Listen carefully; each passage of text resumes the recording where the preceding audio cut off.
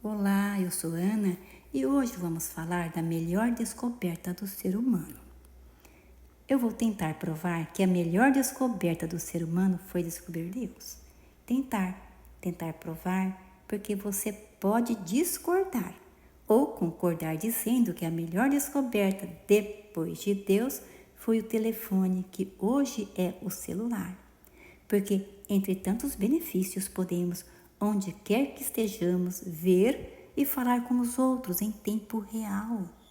Porém, o celular é viciante, mas se soubermos usá-lo, é uma bênção. Deus se revela por suas obras. E o ser humano percebeu todos os fenômenos da natureza. Descobriu uma força maior que a força humana. Por que força maior? Porque nenhum deles era capaz de fazer tudo se movimentando, o sol que anda no céu, a chuva que cai sobre a terra, o raio, o trovão, a tempestade, o furacão. Que medo! Ao que parece, o medo foi o primeiro sentimento do ser humano para com Deus. Os deuses comandavam as forças da natureza e outros acontecimentos também, como as festas, as guerras. Por exemplo, Zeus, deus do sol, Selene, deusa da lua, Dionísio, deus das festas. Os seres humanos imaginaram Deus, sua imagem e semelhança, por isso fizeram estátuas e acreditavam que os deuses sentiam inveja, ciúme, ódio e amor, e que necessitavam de sacrifício de animais e de sacrifício de humanos, inclusive de crianças, para o sustento e manutenção dos poderes. O maior templo pagão do Império Romano, dedicado a Júpiter, foi reconstruído em plena era cristã. As ruínas da base do templo podem ser vistas em Roma.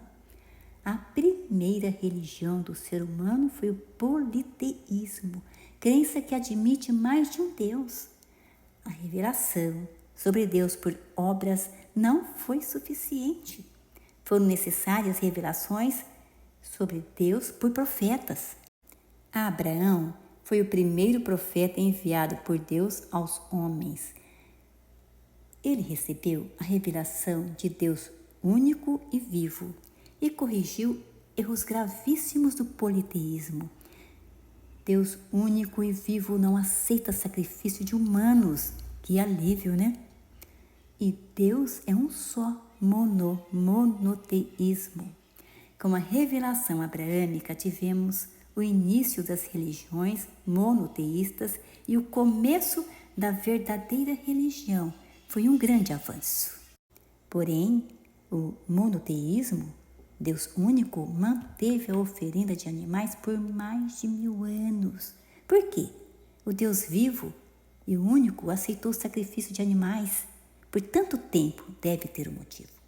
Foi necessário que o Deus vivo e único desse um gancho no politeísmo, mantendo, entre outras semelhanças, uma semelhança importante, a oferenda de animais chamada de holocausto, para facilitar a aceitação do monoteísmo. Percebem?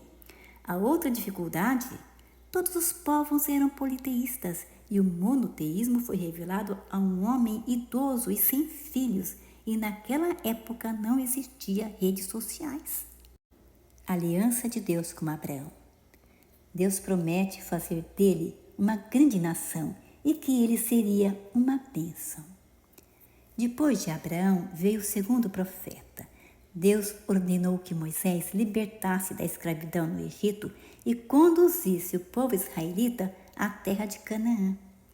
Moisés manteve a revelação de Abraão e no deserto, no Monte Sinai, acrescentou a segunda revelação, os 10 mandamentos da lei de Deus. Assim como um rio se avoluma com os afluentes, a religião vai crescendo com as revelações, que são os tijolos que vão construindo a religião. Portanto, religião não é estática, é um processo em andamento.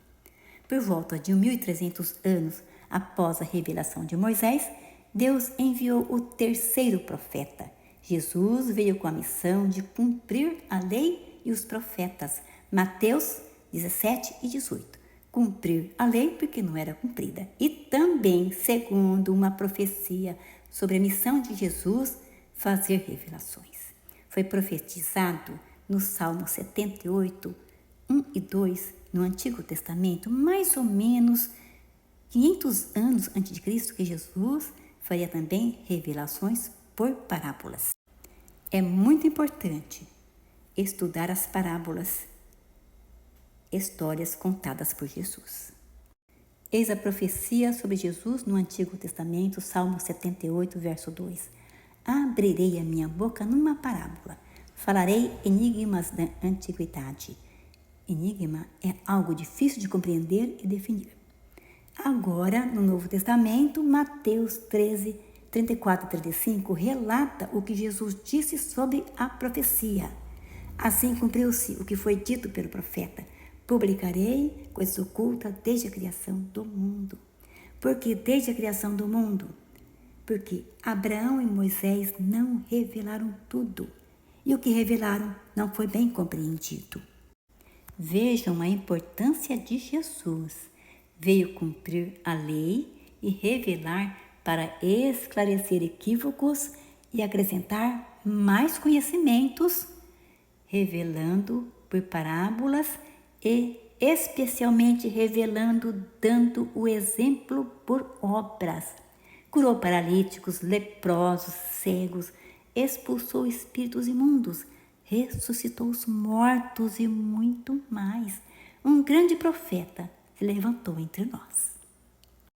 Em João 14, 8 a 11, Filipe pediu a Jesus: mostra-nos o Pai. E Jesus respondeu: quem vê a mim, vê o Pai. Que permanece em mim é quem realiza as suas obras. Jesus pede que creiam nele, ainda que seja por causa das obras. Jesus não revelou tudo e promete outro Consolador. João 16, 12, 33. Tenho ainda muito que vos dizer, mas não podeis suportar agora. Quando vier, porém, o Espírito da verdade, ele vos guiará toda a verdade, porque não falará por si mesmo, mas dirá tudo o que tiver ouvido, e vos anunciará as coisas que hão de vir. Em João 14, 16 e 26, novamente Jesus promete o outro Consolador, que nos conduzirá a toda a verdade e nos fará lembrar tudo que Jesus disse e permanecerá para sempre conosco. Esse permanecer para sempre conosco significa que não teremos outros profetas, teremos missionários, palestrantes, pregadores, discípulos, apóstolos, como Pedro, que Jesus pede: Pedro, apacenta as minhas ovelhas. Quem vê Jesus, vê o Pai. Deus pisou no planeta pelos pés de Jesus. Jesus foi a personificação do amor, apenas amor. Se Deus fosse igual a Jesus, já estava bom, mas Deus é maior que Jesus. João 14, 28. Deus, por suas obras e pelo o que Jesus fez em seu nome, podemos dizer que Deus é perfeito, e da perfeição de Deus nasce um sentimento puríssimo, o amor. Deus não castiga, ele corrige, educa, mas nós nem sempre compreendemos. Deus é justo e governa o universo através de leis sábias. Pensa, quando compramos um eletrodoméstico, consultamos um manual de instrução para usá-lo corretamente. A Bíblia é nosso manual de instrução, um presente de Deus entregue à humanidade através dos profetas, especialmente Jesus. Quase todos dizemos que cremos em Deus, que a lei de Deus é o amor. Isso não basta, não sabemos o que é livre-arbítrio. A cada um segundo as suas obras, vigiar e orar. Você acha que a misericórdia divina tem prazo de validade? Com Jesus aprendemos como viver segundo as leis sábias de Deus e ser feliz. Jesus, nosso mestre, modelo e guia, de fato Jesus é o grande profeta que se levantou entre nós. O que seria de nossa vida sem fé, sem esperança e sem caridade? Se Deus não existisse, teríamos que inventá-lo.